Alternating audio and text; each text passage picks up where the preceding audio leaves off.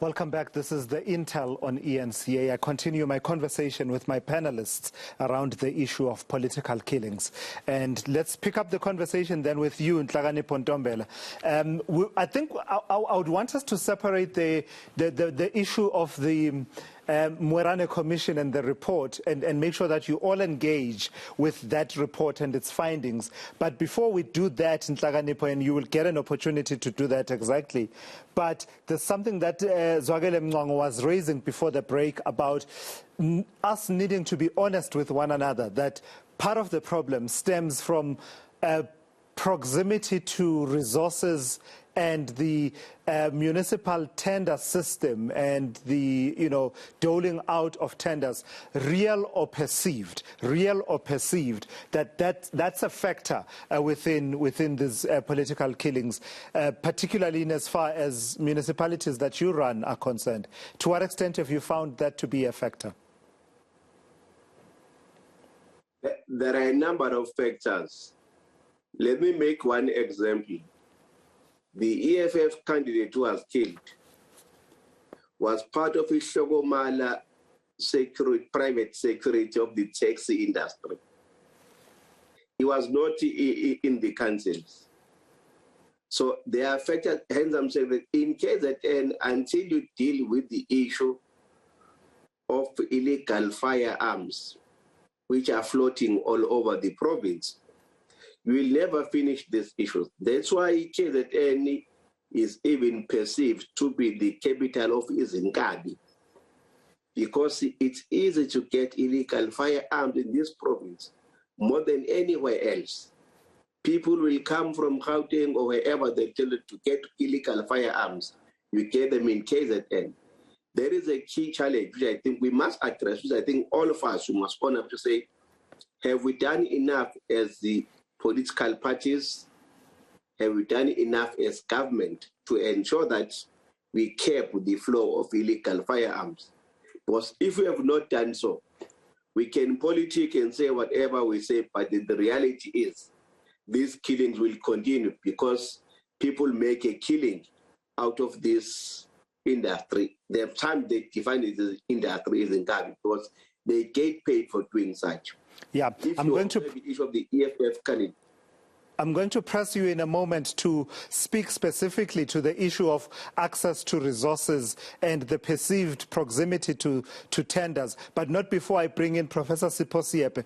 Prof. Seepe, weigh in on this factor, the issue of the access to resources, real or perceived, because, part of what I was asking myself is, what is it that people are fighting for to the point of being willing to kill for that, whatever that is?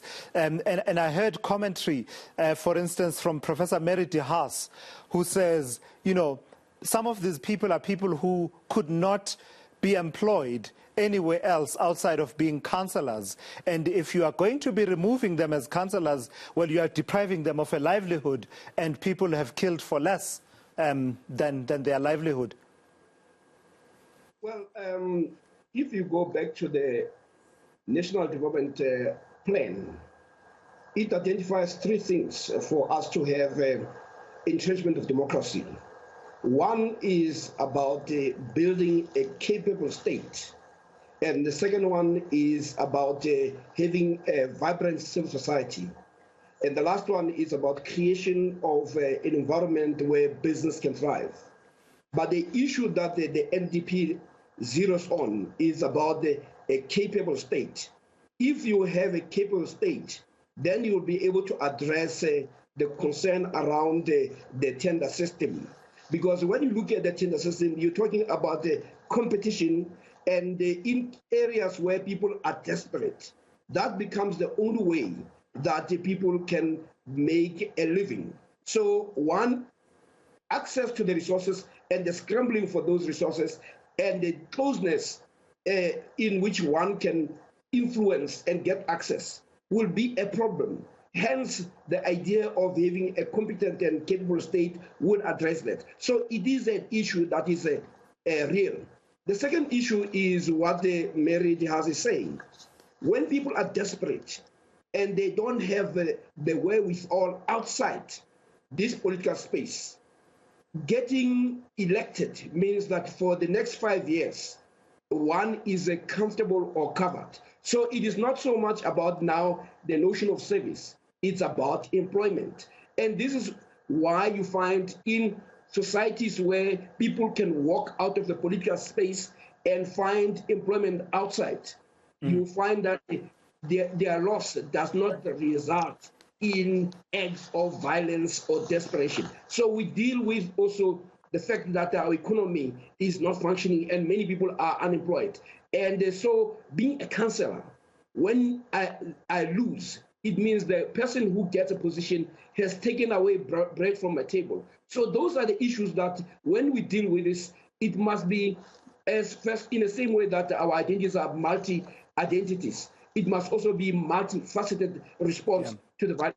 But one cannot run away from the failure, the incompetence of the state to deal with illegal firearms. The problem with illegal firearms is that when they're used, you cannot trace who the culprit is. So that is one thing that this government has failed to deal with for a number of years. And it's not an issue that is not known. It is actually known.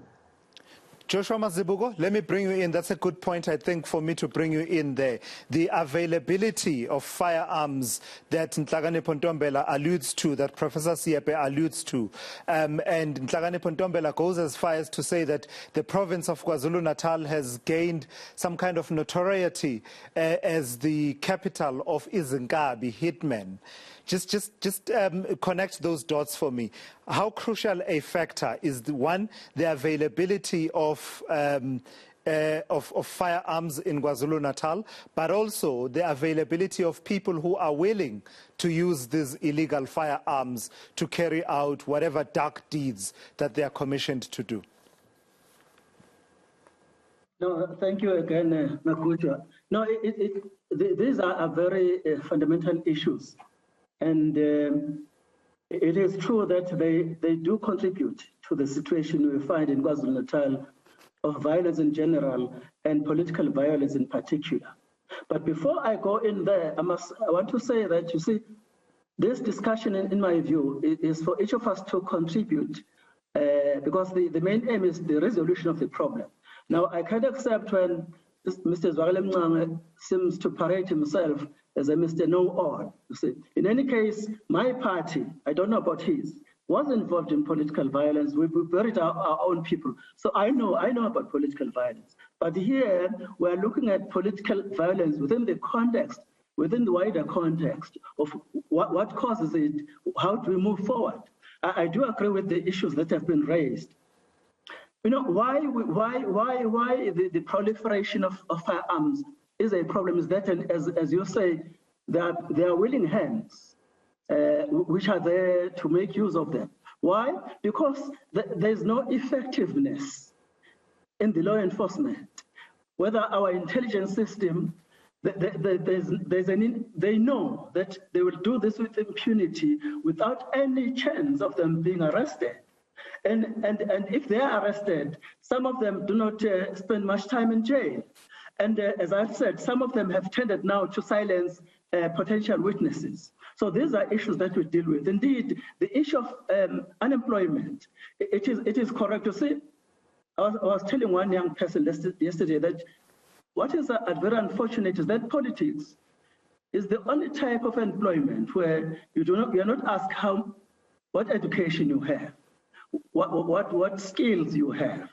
You gather together a number of people, 100 people, they elect you as a leader. You're a leader.